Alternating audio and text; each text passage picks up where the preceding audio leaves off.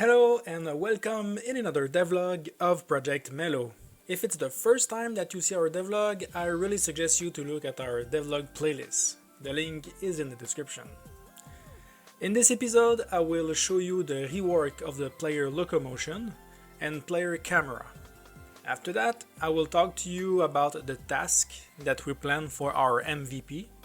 And finally, I will announce the 5 finalists of the 3D creature contest. Now, let's jump into the rework of the player camera. Previously, we had a couple of issues with it and some missing features. The camera was not exactly like we wanted, and most of the problem needed a total rework. Some of the people of the community spoke about the Cinemachine and how it was easy to set up. So I decided to read the entire documentation and looked at a couple of videos on YouTube. After that, I implemented it in the game and added a couple of functions to support our needs. As you can see here, now when the player stands still and we move the camera, it doesn't rotate him anymore. So it enabled the player to see how he looks, and I think it's very important since the gear of the game will have an impact on his visual.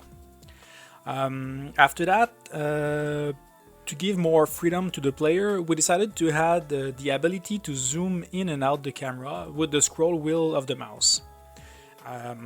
It will, for example, help the player see what is happening in big battle. Finally, Cinemachine have a built-in camera collision. It works like a charm. It has some very interesting settings like the damping, which is smoothing the movement of the camera when it collides, and it looks very good. At the end, if you plan on your game to make like a third-person or first-person player camera, I really recommend you to take a look at Cinemachine. I think it's worth it.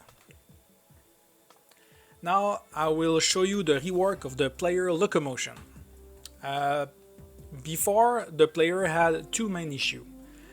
The first one was the fall down speed, and the second one was that he was able to walk on slope that has more than 50 degrees.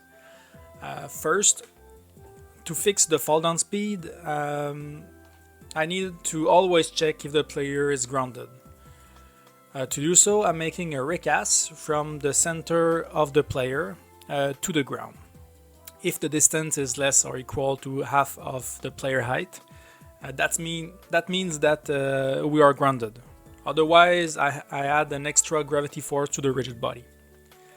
As you can see, it worked perfectly. For the slope check, it's a little bit more complicated. With the help of my best friend Google, I found what I think is the best way of doing it. To make it short, I'm doing a recast in the direction that the player is moving and check if the angle of the normal is higher than 50 degrees. So now with a solid player locomotion and camera system, I can safely continue to work and build the PlayStation area. Last week, I got a couple of people that was asking if we were planning to make an MVP, which means a minimum viable product. I can answer that question by showing you my current task. I won't show you the task of other people since there are some features that are not announced yet, but I will let you know our intention on the server side right after my task. So on my side, I have an epic task, as you can see here, where I listed all the things I need to do to reach our MVP. Basically, I have to finish the rough design of the playable area, which is the town and the battlefield. I have to finish the first version of the mob spawn system. I have to design the UI that will be needed for that version. I have to make the main menu and the setting menu. I have to debug the inventory system because we still have a couple of bugs that needed to be fixed. And finally, I have to make more loot to have a better sense of progression in the game.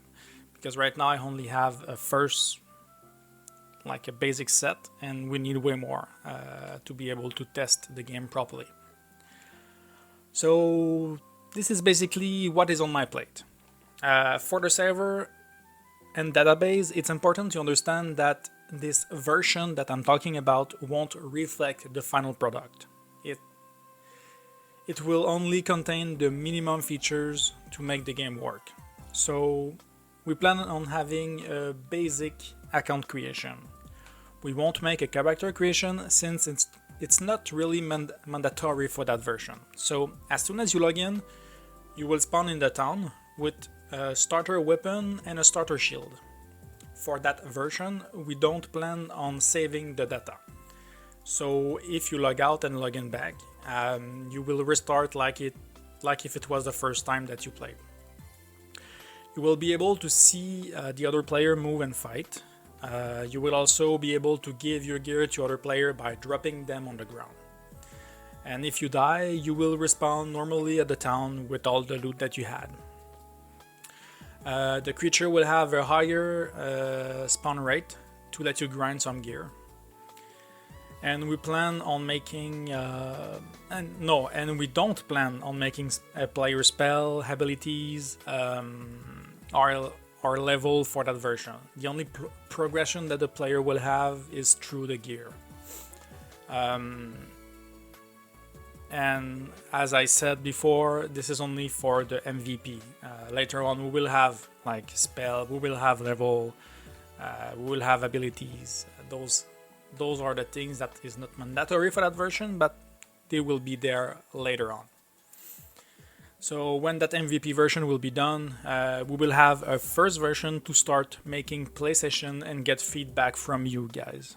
So we will build on top of it and gradually add features to it to one day reach the release version. So if you have more questions about our MVP, you can ask them in the comments. Now it's time to show you our 5 finalists of the 3D creature contest. First, our community is full of talent. I'm really impressed by the quality of the submission, and it was very hard to choose between them. We base our choice on the art style and the creature thematic of our game. So without making you wait any longer, congratulations to the 5 finalists. Now it's your turn to choose who will be the winner. You can click on the link in the description to vote for the one that you want the most to see in the game. We will reveal the final winner in the next devlog. And thanks again to be part of that awesome community. So it's about it for that devlog. Please subscribe to the channel if you are interested in the project, and if you want to follow more closely the development and share with us your ideas, join our Discord server. The link is in the description below. Thanks for watching, and we hope to see you in the next devlog.